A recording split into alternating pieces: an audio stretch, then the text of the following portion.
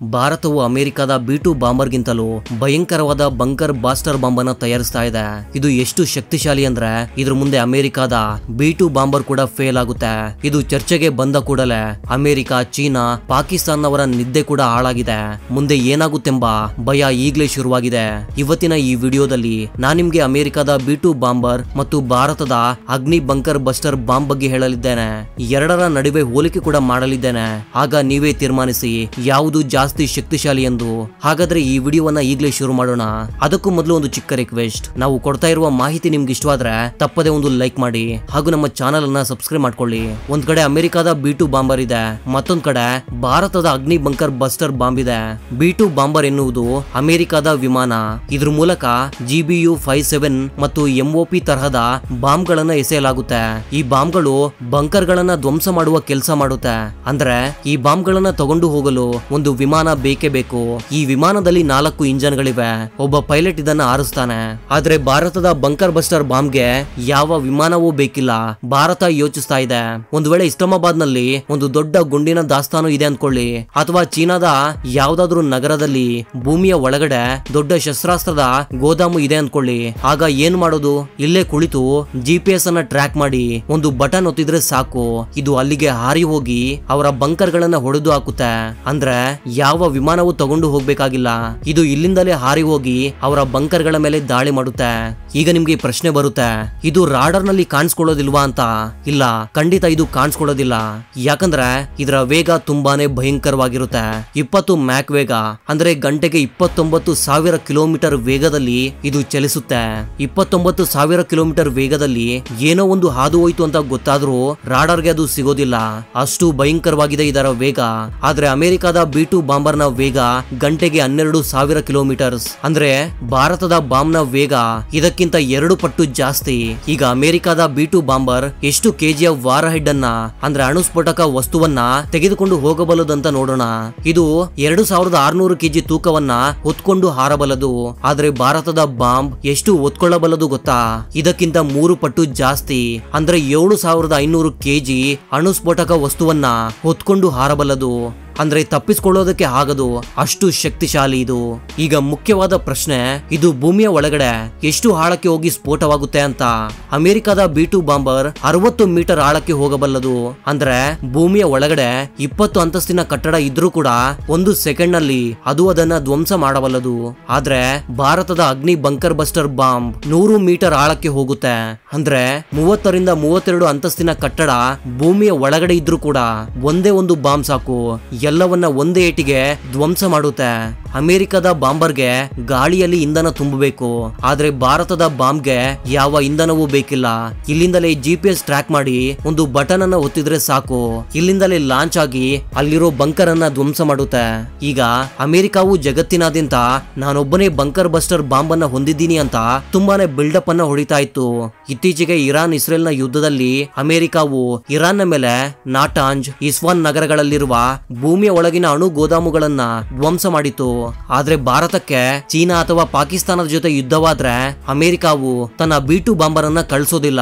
ಇಸ್ರೇಲ್ಗೆ ಕಳಿಸಬಹುದು, ಆದ್ರೆ ಭಾರತಕ್ಕೆ ಕಳಿಸೋದಿಲ್ಲ. ಇದರಿಂದ ಭಾರತವು ತನ್ನ ರಕ್ಷಣಾ ವ್ಯವಸ್ಥೆಯನ್ನ ಬಲಪಡಿಸಬೇಕು. ಬೇರೆ ದೇಶಗಳ ಮೇಲೆ ಯಾವುದೇ ಕಾರಣಕ್ಕೂ ಡಿಪೆಂಡ್ ಆಗಿರೋದು ಒಳ್ಳೇದಲ್ಲ. ಈಗ ಇದು ರಾಡರ್ ನಲ್ಲಿ ನಿಜವಾಗ್ಲೂ ಸಿಗುತ್ತಾ ಇಲ್ವಾ ಅಂತ ನೋಡೋಣ. ಯಾವ ರಾಡರ್ಗೂ ಕೂಡ ಇದು ಸಿಗದು, ಯಾಕಂದ್ರೆ ಇದರ ವೇಗವೇ ಅಷ್ಟೊಂದು ಭಯಂಕರವಾಗಿರುತ್ತೆ. ಪಾಕಿಸ್ತಾನಕ್ಕೆ ನಮ್ಮ ಬ್ರಹ್ಮೋಸ್ ಕೂಡ ಸಿಕ್ತಿಲ್ಲ, ಅಂತದ್ರಲ್ಲಿ ಇದನ್ನ ಎಲ್ಲಿಂದ ಟ್ರ್ಯಾಕ್ ಮಾಡ್ತಾರೆ ಹೇಳಿ? ಇದು ಅಗ್ನಿ 5ರ 2 ಹೊಸ ಆವೃತ್ತಿಗಳಾಗಿವೆ. ಇದನ್ನ DRDO ತಯಾರಿಸ್ತಾ ಇದೆ. ಅಮೆರಿಕದ B2 ಬಾಂಬರ್ ಅನ್ನ ಬೋಯಿಂಗ್ ಮತ್ತು ನಾರ್ತ್ ಗ್ರೂಪ್ ತಯಾರಿಸಿದ್ವು. ಅಮೆರಿಕವು GBU-57 ಬಾಂಬ್ ನೊಂದಿಗೆ 13,000 ಕೆಜಿ ತೂಕದ ವಾರ್ ಹೆಡ್ ಅನ್ನ ತಗೊಂಡು ಹೋಗಿ ಇರಾನ್ ನ ಗೋದಾಮುಗಳನ್ನ ಧ್ವಂಸ ಮಾಡಿತು.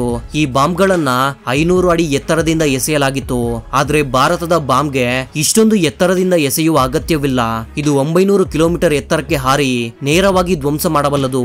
ನಾವು ತಯಾರಿಸಿದ ಅಗ್ನಿ 5 ಮಿಸೈಲ್ ಮಾರ್ಚ್ 11, 2024ರಂದು ಸಂಪೂರ್ಣವಾಗಿ ಸಿದ್ಧಗೊಂಡಿತು. ಇದನ್ನ ಪರೀಕ್ಷೆ ಕೂಡ ಮಾಡಲಾಗಿದೆ. ಇದು 8,000 ಕಿಲೋಮೀಟರ್ ದೂರಕ್ಕೆ ಹೋಗಬಲ್ಲದು. ಇದು ನಮ್ಮ ಅಣು ಬಾಂಬ್. ಇದನ್ನ ಕೂಡ DRDO ತಯಾರಿ ಮಾಡಿದೆ. ಈಗ ಇದರ ಹೊಸ ಆವೃತ್ತಿಗಳು ಬರ್ತಾ ಇವೆ. ಚೀನಾ ಮತ್ತು ಪಾಕಿಸ್ತಾನಕ್ಕೆ ಈಗಾಗಲೇ ಭಯ ಶುರುವಾಗಿದೆ. ಇತ್ತೀಚೆಗೆ ಆಪರೇಷನ್ ಸಿಂಧೂರದಲ್ಲಿ ಭಾರತವು ಪಾಕಿಸ್ತಾನದ ಹಲವು ಗೋದಾಮುಗಳನ್ನ ಧ್ವಂಸ ಮಾಡಿದೆ. ಒಂದು ವೇಳೆ ಚೀನಾ ತನ್ನ ಗಡಿಯಲ್ಲಿ ರೋಬೋಟಿಕ್ ಸೈನಿಕರನ್ನ, ಬಂಕರ್ಗಳನ್ನ, ಶಸ್ತ್ರಾಸ್ತ್ರ ಗೋದಾಮುಗಳನ್ನ ನಿರ್ಮಿಸಿದ್ರೆ ಭಾರತವು ಈ ಬಂಕರ್ಗಳನ್ನ ಧ್ವಂಸ ಮಾಡಲು ಈ ಬಾಂಬ್ ಅನ್ನ ತಯಾರಿಸ್ತಾ ಇದೆ. ಇದು ರಾಡರ್ಗೆ ಸಿಗದೆ ಭೂಮಿ ಒಳಗಡೆ 100 ಮೀಟರ್ ಆಳಕ್ಕೆ ಹೋಗಿ ಸ್ಫೋಟವಾಗಬಲ್ಲದು. ಈ ಬಾಂಬ್ ಇಲ್ಲಿಂದ ಲಾಂಚ್ ಆಗಿ ಗುಂಡಿನ ರೀತಿಯಲ್ಲಿ ತಿರುಗುತ್ತಾ ಭೂಮಿಯ ಒಳಗಡೆ ಹೋಗಿ ಧ್ವಂಸ ಮಾಡುತ್ತೆ. ನೆಕ್ಸ್ಟ್ ಅಪ್ಡೇಟ್, ಈ ವರ್ಷದ ಆರಂಭದಿಂದಲೇ ಜಗತ್ತಿನ ಆರ್ಥಿಕ ವ್ಯವಸ್ಥೆಯಲ್ಲಿ ದೊಡ್ಡ ಬದಲಾವಣೆಗಳು ಕಾಣಿಸ್ಕೊಂಡಿವೆ. ಇದರಿಂದ ಒಂದು ಸಂಗತಿ ಸ್ಪಷ್ಟವಾಗಿದೆ, ಆರ್ಥಿಕ ಶಕ್ತಿಯಲ್ಲಿ ದೊಡ್ಡ ಶಿಫ್ಟ್ ಆಗ್ತಾ ಇದೆ. ಭಾರತಕ್ಕೆ ಇದುವರೆಗೂ ಇರದ ಶಕ್ತಿ ಈಗ ಬರ್ತಾ ಇದೆ.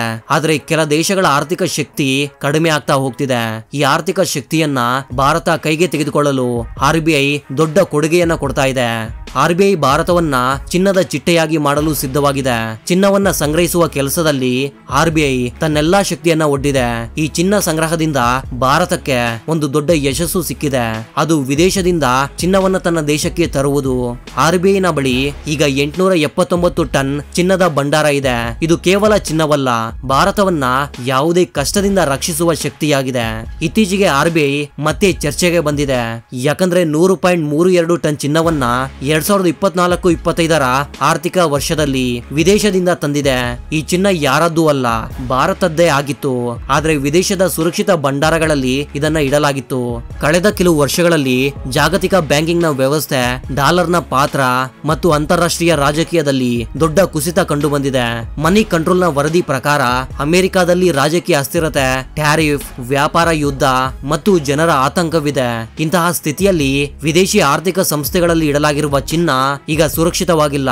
ಬ್ಯಾಂಕ್ ಆಫ್ ಇಂಗ್ಲೆಂಡ್ ನಲ್ಲಿ ಇರಿಸಿದ ಚಿನ್ನದ ಸುರಕ್ಷತೆಯ ಬಗ್ಗೆ ಟ್ರಂಪ್ ಟಾರಿಫ್ ಅನ್ನು ಆರಂಭಿಸಿದಾಗಿಂದಲೂ ಪ್ರಶ್ನೆಗಳು ಎದ್ದವು. ಟ್ರಂಪ್ ನ ದಾಳಿಯಿಂದ ವ್ಯಾಪಾರದ ಯುದ್ಧ ಈಗಾಗಲೇ ಶುರುವಾಯಿತು. ಇದರಿಂದ ವ್ಯಾಪಾರಿಗಳು ತನ್ನ ಚಿನ್ನವನ್ನ ಬ್ಯಾಂಕ್ ಆಫ್ ಇಂಗ್ಲೆಂಡ್ ನಿಂದ ತೆಗೆದು ಅಮೆರಿಕದ ಸುರಕ್ಷಿತ ಬ್ಯಾಂಕ್ ಗಳಿಗೆ ಈಗಾಗಲೇ ಶಿಫ್ಟ್ ಮಾಡಲಾಗಿದೆ. ಇದರಿಂದ ಲಂಡನ್ ನ ಬ್ಯಾಂಕ್ ನಲ್ಲಿ ಚಿನ್ನದ ಕೊರತೆ ಉಂಟಾಯಿತು. ಈ ಘಟನೆಗಳನ್ನ ಗಮನಿಸಿ ಭಾರತವು ಸಹ ತನ್ನ ಚಿನ್ನವನ್ನ ವಾಪಸ್ ತರಲು ವೇಗವಾಗಿ ನಿರ್ಧರಿಸಿತು. RBI ತನ್ನ 100.32 ಟನ್ ಚಿನ್ನವನ್ನ 2025 ಆರ್ಥಿಕ ವರ್ಷದಲ್ಲಿ ಹಂತ ಹಂತವಾಗಿ ತಂದಿದೆ. ಈ ಚಿನ್ನ ಎಲ್ಲಿಂದ ಬಂತು? ಇದು ಹೆಚ್ಚಾಗಿ ಬ್ಯಾಂಕ್ ಆಫ್ ಇಂಗ್ಲೆಂಡ್ ಮತ್ತು ಇತರ ಯುರೋಪಿಯನ್ ರಿಸರ್ವ್ಸ್ ಗಳಿಂದ ಬಂದಿದೆ. ಭಾರತ ಇದನ್ನ ತಂದು ನಾಗಪುರದಲ್ಲಿರುವ RBI ನ ವಾಲ್ಟ್ ನಲ್ಲಿ ಸುರಕ್ಷಿತವಾಗಿ ಇರಿಸಿದೆ. ರಿಪಬ್ಲಿಕ್ ಬಿಸಿನೆಸ್ ನ ವರದಿಯ ಪ್ರಕಾರ ಈ ವಾಲ್ಟ್ ಅನ್ನ ರಹಸ್ಯವಾಗಿ ತುಂಬಾನೇ ಸುರಕ್ಷಿತವಾಗಿ ತೆರೆಯಲಾಗಿದೆ. ಈ ಚಿನ್ನ ಭಾರತದ್ದೇ ಆಗಿತ್ತು, ಆದ್ರೆ ವಿದೇಶದಲ್ಲಿ ಇರಿಸಲಾಗಿತ್ತು. 1991ರಲ್ಲಿ ಭಾರತ ತನ್ನ 67 ಟನ್ ಚಿನ್ನವನ್ನ IMF ಮತ್ತು ವಿದೇಶಿ ಸಂಸ್ಥೆಗಳಿಗೆ ಒತ್ತೆಯಾಗಿ ಇಡಬೇಕಾಯಿತು. ಆದ್ರೆ ನಂತರ ಭಾರತದ ಸ್ಥಿತಿ ಸುಧಾರಿಸಿತು, ಚಿನ್ನದ ಭಂಡಾರವನ್ನ ಹೆಚ್ಚಿಸಿತು. ಆದ್ರೆ ಚಿನ್ನ ಬಹಳ ದುಬಾರಿ, ಅದರಿಂದ ಸುರಕ್ಷಿತ ಲಾಕರ್ ನಲ್ಲಿ ಇಡಬೇಕು. ಆರಂಭದಲ್ಲಿ ಭಾರತದಲ್ಲಿ ಸುರಕ್ಷಿತ ಸ್ಥಳ ಇರಲಿಲ್ಲ, ಆದ್ದರಿಂದ ಬ್ಯಾಂಕ್ ಆಫ್ ಇಂಗ್ಲೆಂಡ್ ಮತ್ತು ಯುರೋಪಿಯನ್ ಬ್ಯಾಂಕ್ ಗಳಲ್ಲಿ ಈ ಬಂಗಾರವನ್ನು ಇಡಲಾಗಿತ್ತು. ಈಗ RBI ನ ಬಳಿ 879 ಟನ್ ಚಿನ್ನದ ಭಂಡಾರವಿದೆ. ಇದರಲ್ಲಿ 513 ಟನ್ ಭಾರತದಲ್ಲಿತ್ತು, 348 ಟನ್ ವಿದೇಶದಲ್ಲಿತ್ತು. ಈಗ 100.32 ಟನ್ ತಂದಿದ್ರಿಂದ ಭಾರತದ ಒಳಗಿನ ಚಿನ್ನದ ಭಂಡಾರ 413.32 ಟನ್ಗೆ ಏರಿದೆ. ಅಮೆರಿಕದ ಆರ್ಥಿಕ ತೊಡಕು, ರಾಜಕೀಯ ಗೊಂದಲಗಳ ನಡುವೆ ಭಾರತ ಈ ನಿರ್ಧಾರವನ್ನ ತೆಗೆದುಕೊಂಡಿದೆ. ಇದು ಭಾರತವು ಜಿಯೋ ಪಾಲಿಟಿಕ್ಸ್ ಮತ್ತು ಅಂತಾರಾಷ್ಟ್ರೀಯ ಹಣಕಾಸು ವ್ಯವಸ್ಥೆಯಲ್ಲಿ ತನ್ನ ಸ್ಥಾನವನ್ನ ಬಲಪಡಿಸ್ತಾ ಇರುವ ಸಂಕೇತ. RBI ತನ್ನ ಚಿನ್ನದ ಭಂಡಾರದ ಮೊದಲ ಜಲಕನ್ನ ಒಂದು ಡಾಕ್ಯುಮೆಂಟರಿಯಲ್ಲಿ ತೋರಿಸಿತ್ತು. ಪ್ರತಿ ಚಿನ್ನದ ಇಟ್ಟಿಗೆಯ ಮೌಲ್ಯ ಕೋಟಿಗಟ್ಟಲೆ ರೂಪಾಯಿ ಬೆಲೆ ಬಾಳುತ್ತೆ. ಒಂದೊಂದು ಚಿನ್ನದ ಇಟ್ಟಿಗೆಯ ತೂಕ 12 kg ಆಗಿದೆ. ಈ ಎಲ್ಲಾ ಕೆಲಸವನ್ನ RBI ಅಮೆರಿಕದ ಆರ್ಥಿಕ ಮಂದಿ, ರಾಜಕೀಯ ಗೊಂದಲ, ಟ್ಯಾರಿಫ್ ನ ಶುಲ್ಕಗಳ ಸಂದರ್ಭದಲ್ಲಿ ಮಾಡಿದೆ. ಡಾಲರ್ ನ ಪ್ರಾಬಲ್ಯದ ಮೇಲೆ ದೊಡ್ಡ ಆತಂಕವಿದೆ. ನಿಮಗೆ ಡಾಲರ್ ಬಲಿಷ್ಠವೆಂದು ತೋರುತ್ತೆ, ರೂಪಾಯಿ ಕಡಿಮೆ ಆಗ್ತಿದೆ ಅಂತ ಅನಿಸಬಹುದು. ಆದ್ರೆ ಭಾರತದ ರೂಪಾಯಿಯನ್ನ ಸ್ಥಿರಗೊಳಿಸಲು ಎಲ್ಲಾ ಕ್ರಮಗಳನ್ನ ತೆಗೆದುಕೊಳ್ತಾ ಇದೆ. ಡಾಲರ್ ನ ಪ್ರಾಬಲ್ಯದ ಮೇಲೆ ದೊಡ್ಡ ಆತಂಕವಿದೆ. ಅಮೆರಿಕದ ಆರ್ಥಿಕ ತಜ್ಞರು ಇದನ್ನ ಉಳಿಸಲು ಶ್ರಮಿಸ್ತಾ ಇದ್ದಾರೆ. ಚಿನ್ನದ ಭಂಡಾರದ ವಿಷಯದಲ್ಲಿ ಭಾರತ ಎಲ್ಲಿದೆ? ಚಾರ್ಟ್ ಅನ್ನು ನೋಡಿದ್ರೆ ಅಮೆರಿಕ ಮೊದಲ ಸ್ಥಾನದಲ್ಲಿದೆ, 8134 ಟನ್ಗಳನ್ನು ಹೊಂದಿದೆ. ಜರ್ಮನಿ 2ನೇ ಸ್ಥಾನದಲ್ಲಿದೆ, 3352 ಟನ್ಸ್ ಇದೆ. ಭಾರತ 879 ಟನ್ ಒಂದಿಗೆ 8ನೇ ಸ್ಥಾನದಲ್ಲಿದೆ. ಆದ್ರೆ ಭಾರತೀಯರ ಮನೆಯಲ್ಲಿರುವ ಚಿನ್ನದ ಒಟ್ಟು ಮೊತ್ತದಲ್ಲಿ ಭಾರತ ನಂಬರ್ 1 ನಲ್ಲಿದೆ. ಇದ್ರ ಬಗ್ಗೆ ನಿಮ್ಮ ಅಭಿಪ್ರಾಯ ಏನು ಅಂತ ತಪ್ಪದೆ ಕಾಮೆಂಟ್ ಮಾಡಿ ತಿಳಿಸಿ. ಈ ವಿಡಿಯೋ ನೋಡಿದಕ್ಕೆ ಧನ್ಯವಾದಗಳು. ಮುಂದಿನ ವಿಡಿಯೋದಲ್ಲಿ ಭೇಟಿಯಾಗೋಣ. ಅಲ್ಲಿವರೆಗೂ ಜೈ ಹಿಂದ್, ಜೈ ಕರ್ನಾಟಕ.